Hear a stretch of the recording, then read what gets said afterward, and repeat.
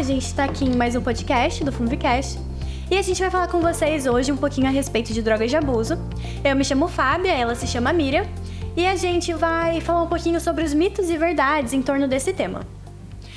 Miriam, fala um pouquinho pra gente a respeito de quando começou e como é o uso dessas drogas de abuso ao longo do tempo. Se é algo recente, se é algo que já começou no passado, como funciona isso?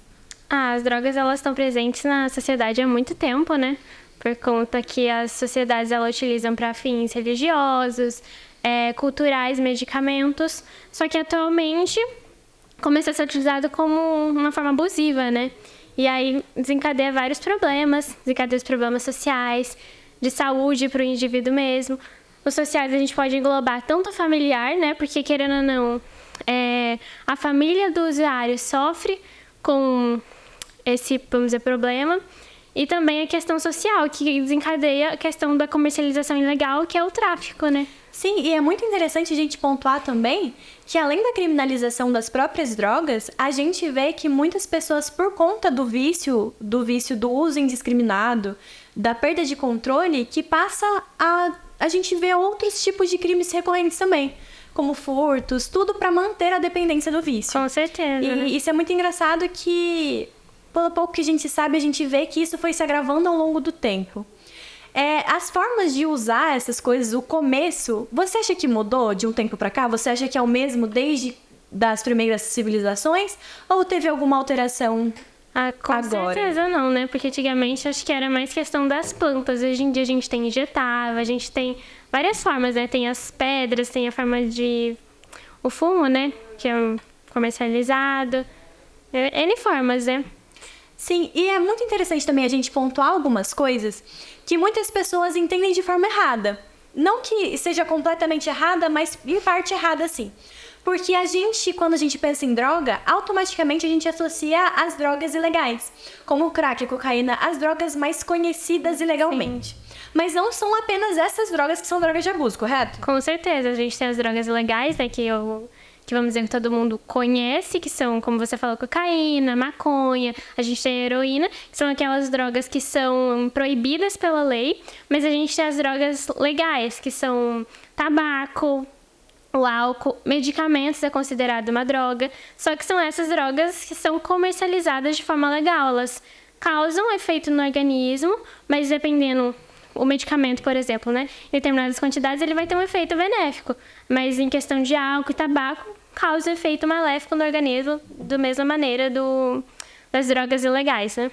E falando das drogas, não somente das drogas ilegais, né? Mas falando das drogas ilegais, você acha que o que dá o início desse uso? Você acha que as pessoas tendem a entrar nesse mundo, entrar nesse vício? Por qual razão? Por qual motivo?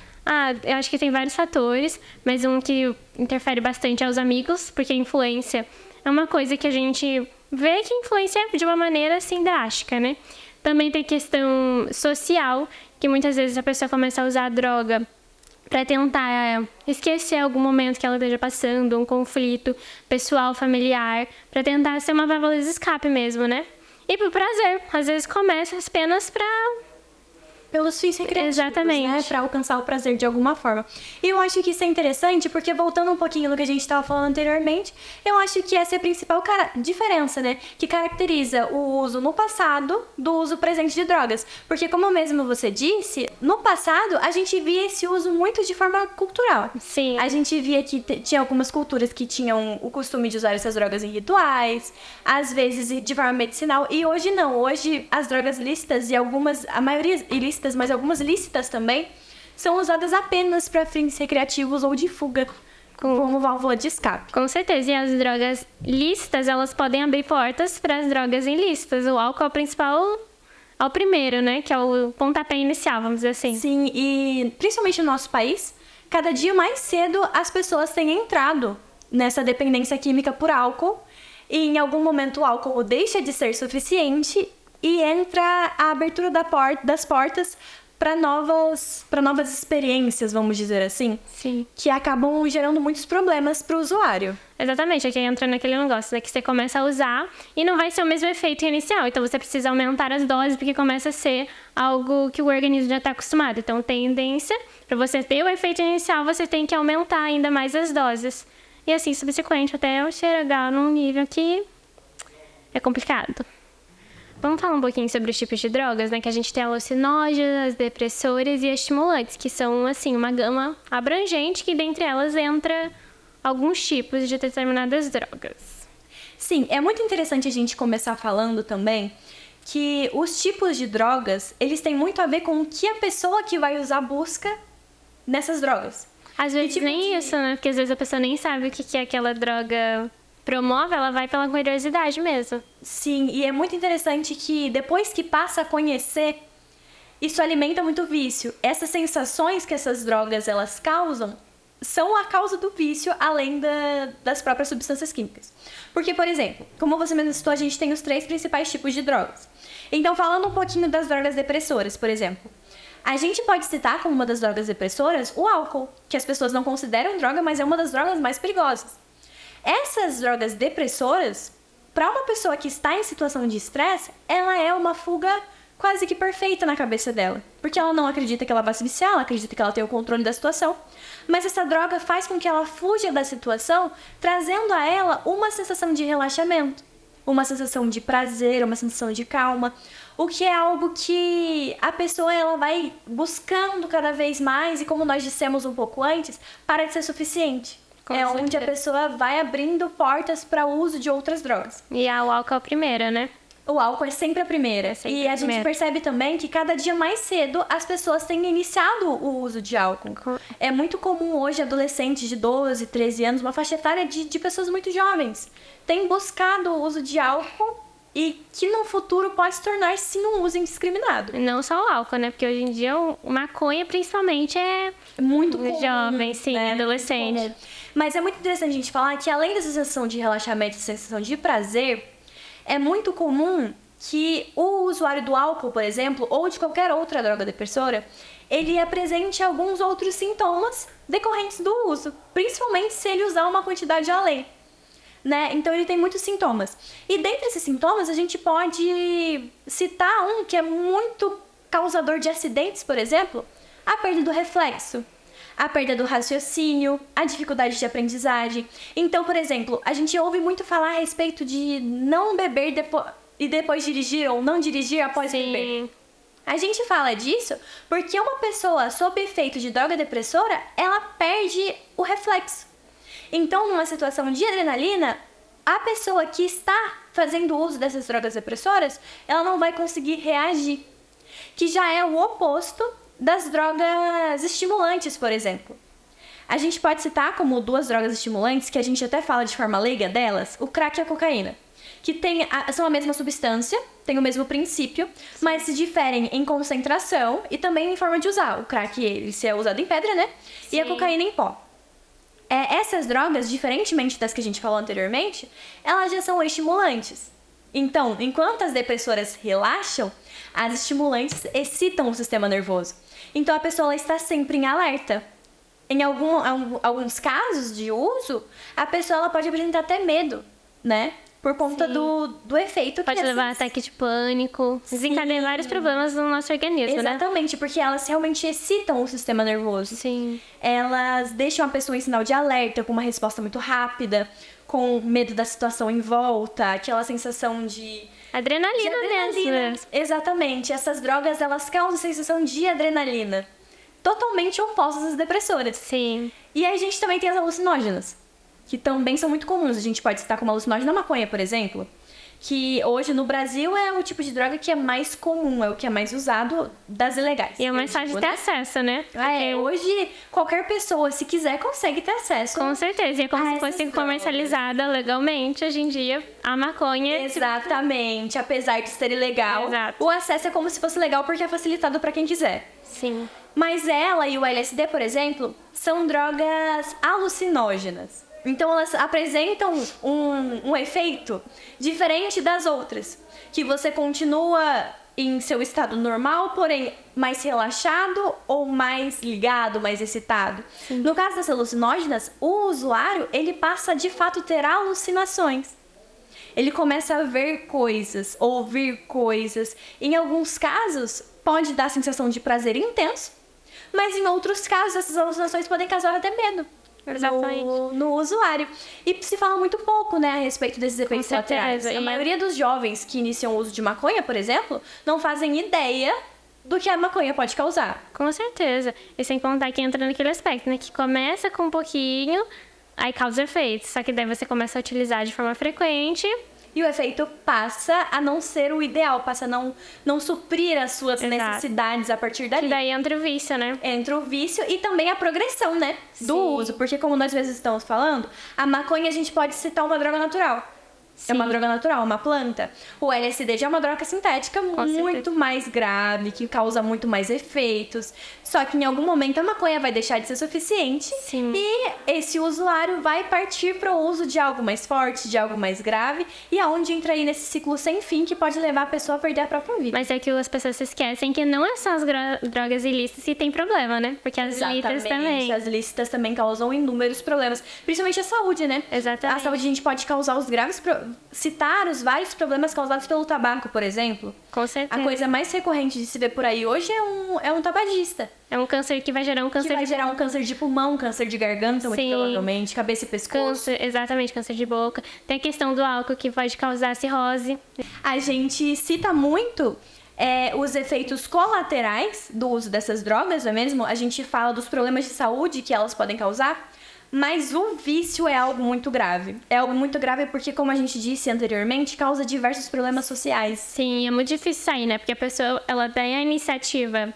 É complicado, porque querendo ou não, os familiares, as pessoas em volta que gostam dessa pessoa, desse usuário, vai tentar incentivar, olha, isso não é legal, mas assim, pra pessoa entender, quando ela já tá dependente, É muito difícil. é muito difícil. E às vezes, apesar de entender, é muito difícil sair de um ciclo de Sim. vício depois de muito tempo, Com certeza. né? Então, a gente falando dessas drogas, a gente realmente tem que ligar um sinal de alerta, tem que alertar sim a população, porque tem se tornado muito comum e, consequentemente, muito banal. Como o se uso de fosse drogas. normal, né? Como se não fosse tivesse normal. problema. É um novo normal, Exatamente. né? É um novo normal o uso de drogas. E essas drogas causam inúmeros problemas para quem usa, para quem está em volta e para a própria sociedade no Sim, geral, não como- somente para os como a que gente rodeiam se escutou. diretamente Exato. essa pessoa. E falando nisso, a gente conversou com um usuário de droga, que já foi usuário de droga e hoje está livre do vício, para ele explicar pra gente o que o levou a entrar no vício, como foi quando ele se manteve ali e também o que levou e como ele saiu desse ciclo tão difícil, tão duro e tão extenso que é o vício em drogas. Boa noite. Qual que é o seu nome? Me fale mais um pouco sobre sua vida. Boa noite, meu nome é Luiz Gustavo, tenho 24 anos atualmente, sou criado em Pindamonhangaba, tenho 3 filhos. Luiz Gustavo, em relação ao tema abordado, me conta um pouco como que começou, como que você conheceu. Principalmente, assim, querendo ou não, tem muita influência das amizades. Conheci, partiu de mim, mas ainda assim tem a influência das amizades, pode ter certeza. Conheci muito novo, eu tinha 15 anos, em festa, acredito que a bebida seria a principal porta de entrada para conhecer outras drogas, porque a bebida te deixa assim poderoso. Então sempre já tive a curiosidade, não tinha coragem, tinha as amizades, já fazia o uso, já fazia um tempo, já tinha vontade, então uni. No dia eu estava bêbado e acabei que usei. E em relação à sua trajetória, como que foi essa experiência para você? Quanto tempo durou? Como eu disse, comecei com 15, ainda era muito difícil, assim, era poucas vezes. Só que aí, assim, dentro de um ano, mudou completamente. Já começou a fazer parte da minha vida, vamos dizer, se tornou uma coisa comum, era diariamente. Eu acordava, sentia a necessidade de fumar, acordava, ou eu ia fazer uma alimentação, não sei o motivo, mas tinha necessidade, queria. fumar antes, comecei a levar no meu dia a dia e qualquer motivo era motivo para mim qualquer situação era motivo para mim estar fumando, entendeu? E em relação à sua dependência, qual que foi o motivo de você ter parado? Qual que foi o pontapé inicial? Assim, é difícil falar. Dependência realmente nunca imaginei que se tornaria uma dependência. Pessoas mais velhas sempre já tinham me alertado, mas realmente no final se torna uma dependência, o seu corpo já fica acostumado, é nítido. Só que no começo era uma coisa agradável, no começo me fazia bem, me sentia confortável, me sentia abraçado. Aí, com o passar do tempo, já sou um pouco ansioso, começou a me dar um efeito totalmente o contrário do que era antes. Eu comecei a me sentir mal, comecei a me sentir muito ansioso, começou a me dar uma sensação de vulnerabilidade. Eu me sentia, vamos dizer, uma crise do pânico, não sabia o que poderia acontecer, senti o meu coração acelerado, então eu vi que já não estava me fazendo bem.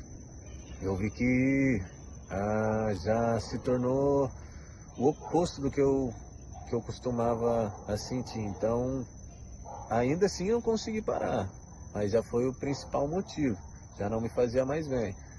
Só que ainda no fundo, mesmo eu já tendo filhos, eu comecei a ver que quanto mais eu fumava, menos tempo de vida eu teria com eles, entendeu? Ainda assim estaria estragando a minha vida.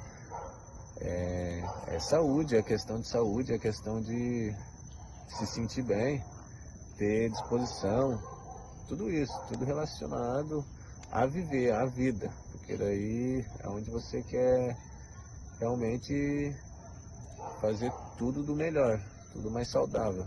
Para finalizar a nossa entrevista, me fala um pouquinho como está a sua vida atualmente e se você tem algum conselho para as pessoas que estão nesse caminho, que estão com essa dificuldade de dependência. Atualmente, graças a Deus, me sinto muito bem. Sinto que foi a melhor escolha que eu tomei para minha vida. Como eu disse, eu tenho filho para criar, tenho 1000 motivos para querer seguir em frente, viver. Muita gente que começa a não ver o quão mal faz, o quão difícil é depois, que se torna realmente uma dependência. Mas o conselho que eu tenho é que evite o máximo, que pode ter certeza, se alguém está te dando um conselho é pro bem, se alguém mais velho chegar e falar é porque já pode ter vivido aquela experiência, sabe do que está falando. E é assim, pode ter certeza que isso daí não faz parte do seu corpo, você não nasceu com isso, então vai te fazer mal. Não é natural, entendeu? Do nosso corpo humano. Então, meu conselho seja saudável, porque é onde você vai ter um conforto de vida mental, físico, vai ficar tranquilo, é onde vai ter paz no final de tudo. Acho que essa é a ideia. Quando você vê que o seu corpo já não responde como você gostaria, aí é onde você já se sente mal. Acho que a ideia é não conhecer. Se tiver oportunidade de sair, saia o mais rápido antes que tenha consequências. Acho que essa é a ideia. Não espere a consequência chegar.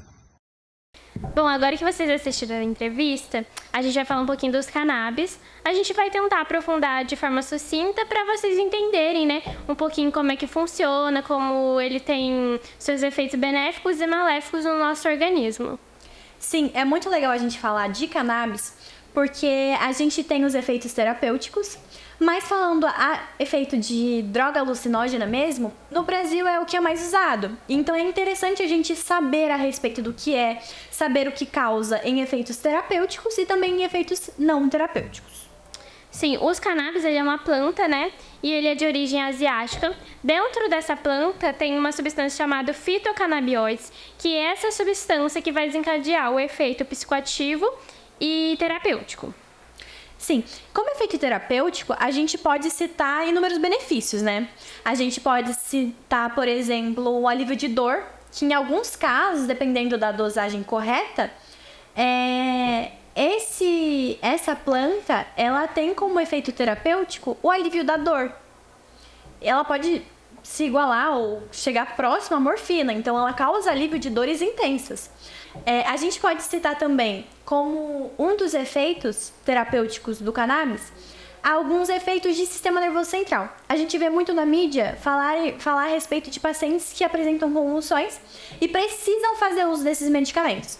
E é de muito difícil acesso, porque no Brasil é muito mais comercializada como psicoativo e não como terapêutico. Com certeza. Então, toda vez que a gente vê na mídia alguém precisando, sempre é muito burocrático o acesso a esse medicamento. Não é um medicamento que é de barato, né? Vamos dizer assim. Ele tem um custo elevado. E aí entra nessa questão de tratamento, a gente pode citar os pacientes paliativos, pacientes pós-quimioterápicos.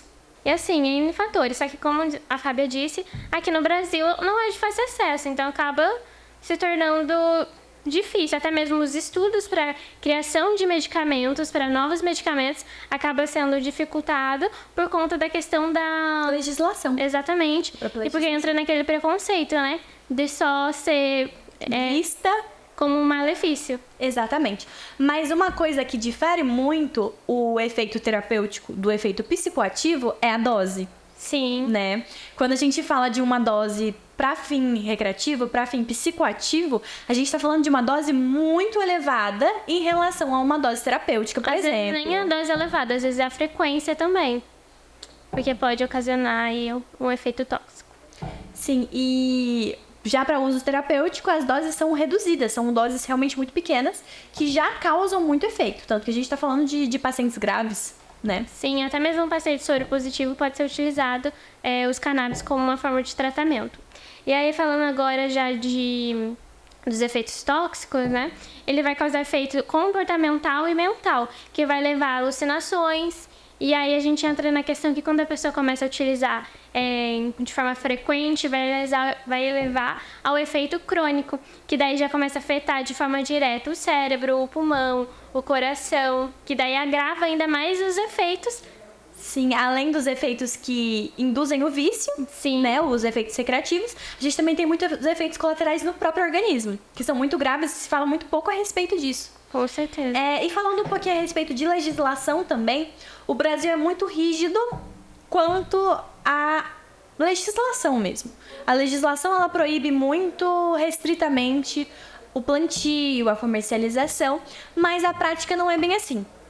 Com certeza, que é bem, de forma como você disse, ela é ilegal, mas assim, é como se fosse legal, vamos ser sinceros, né?